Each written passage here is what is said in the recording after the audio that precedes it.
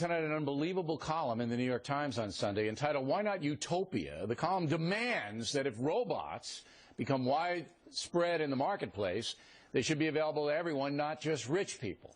The column was written by Mark Bittman, who usually writes about food recipes, turnips, that kind of stuff, for the newspaper.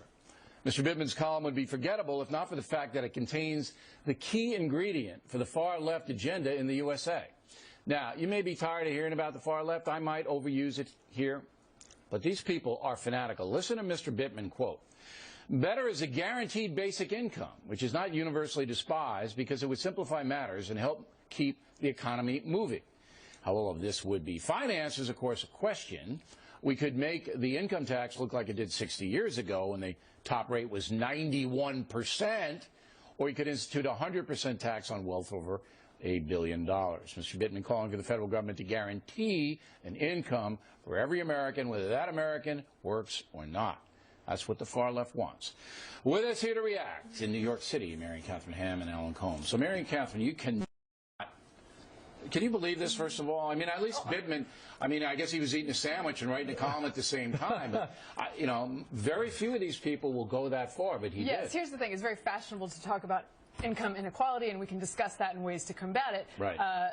But can we talk about the glaring historical blind spot you need to say Marxist socialist utopia? Why not? Well, there are hundreds of millions of reasons why not. They're lying in mostly mass graves across the entire world and are still being put there in service to this ideology, which requires a giant centralized force to make decisions for what everybody's income is. And force is the word, Combs, Yes. because you have to basically then say to your population, you're going to hand over. You look at me like I'm crazy, American. You're going to hand over what we tell you to hand over. That's the only way to finance 320 million people getting a guaranteed income from the federal government is to force the people who do have access to hand them over. This is not, you keep using the phrase far left. Most people do not stand for this. Most people in this country who are on the left, whether they be moderate left, Democrats, or even extreme left, I don't think are for the government giving everybody money or taking. I didn't say that's that, really not what's going but this on. guy unmasked it. And the power in the Democratic Party now lies with the far left. And I'll tell you why. Because of the money. That's where the money is. Soros money. Okay? Big machine websites. Organizations that intimidate and hurt people. The moderate Democrats don't have any of that, but the far left does. I've got to disagree, Bill. I think the Democratic Party has moved to the right. We've got a very moderate party, and the candidates were extremely moderate, a lot of blue dog Democrats. Obama is a moderate? Oh, absolutely. He's governing as a moderate, definitely as a moderate president. Nope. All right. Well, I know you don't agree with that. No, well, but see, agreement is one thing. Answering this question is quite something else.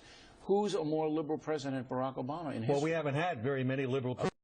So the answer to that is he is the most liberal. But on the political scale worldwide, okay, he's not Karl Marx, but he's the most liberal guy we ever had. You're talking about totalitarian. You were referring earlier to totalitarian regimes. Yeah, because that's sort of what but this is not totalitarianism. But it would have to be if this nuts vision were to be implemented. Nobody in their right mind wants 100% taxes of people making over $1 billion. Do you agree with Combs that this is just a fringe play, that the far left is a fringe group? I don't think the far left is a fringe group. I think there's a lot of power, and there are a lot of folks who are just general liberals who are really dedicated to the idea of redistributionism. I think you're right that the 100% taxation over $1 billion is probably not something that the mainstream is in favor of, but this guy is speaking a bit more frankly about something that you think maybe a lot of these folks are believing. That's the thing that caught my eye, that they usually don't go this far. Yeah, and here's the thing, they disguise it. He also, in this column, celebrates like local solutions and people coming together and doing creative things. Great. That's not compatible with a giant redistribution that's totalitarian. That minimum income is something that was put forth by Milton Friedman,